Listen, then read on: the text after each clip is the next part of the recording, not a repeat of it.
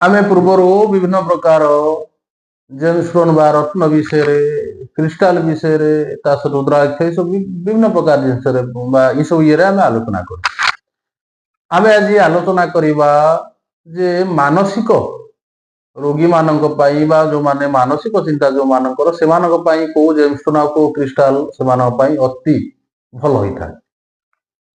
आम जदि देखा प्राय सबुठारु बड़ रोग होता है मानसिक रोग जो रोग आमको विभिन्न प्रकार रोग को टाणी नहीं था आमको पागल भी माने करदेवार भी संभावना रही है।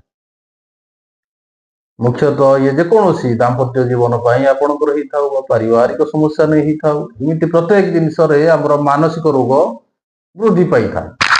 तो मुख्यतः मानसिक रोग माने जो माने रोगी था मानसिक रोगर मुख्य कारण भी आपणकर वास्तु आ ग्रह भी थी पारती। तो आम जदि जमी वास्तु आम पूर्व आलोचना करते आम जदि सकारात्मक ऊर्जा जदि आम वास्तु न थाए आमको सी विभिन्न प्रकार मानसिक ठारू अर्थ ठारू सहित शारीरिक ठारू सबुठ आमको असुविधा क्रिएट करता है असुविधा करता है। आम जो देखा ये मानसिक रोगी मानक आज आम विचार करवा को ग्रह माने मुख्यतः दायी होता है।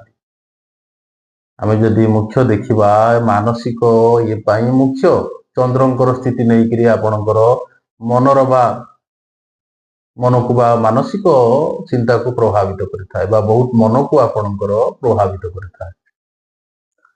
तो मुख्यतः आम जो देखा चंद्र आ शुक्र स्थिति भी एथे बहुत किसी ना किसी प्रभाव बहुत प्रभाव पकई था। जदि चंद्र आ शुक्र स्थिति आपणकर बालांस न थाए आपणकर जन्म कुंडली शुक्र जदि आपणकर जमी खराब ग्रह ही था अष्टमाधिपति षष्ठाधिपति रोगर अधिपति ही था ये आहुरी आपण को असुविधा कर जदि शुक्र निचस्थ ही था तो आहुरी ये सब जमी कन्या राशि शुक्र निचस्थ तो ये निचस्तर फल आपण को आहुरी मानसिक अशांति था। चंद्र स्थिति सेमती चंद्र जदि खराब से रहती आहरी भी विभिन्न प्रकार मानसिक मनर रोग गुड़ाक सृष्टि होता है। निजर दाम्पत्य जीवन ठारू आरंभ कर समस्त शारीरिक सबू उपर ये प्रभाव पकई था। आम आज विचार करवा जदि आपणकर को जेमस्टोन बा को क्रिस्टाल आम पिंधिले आमको मानसिक शांति मिलबार बहुत संभावना रही है भल रही है।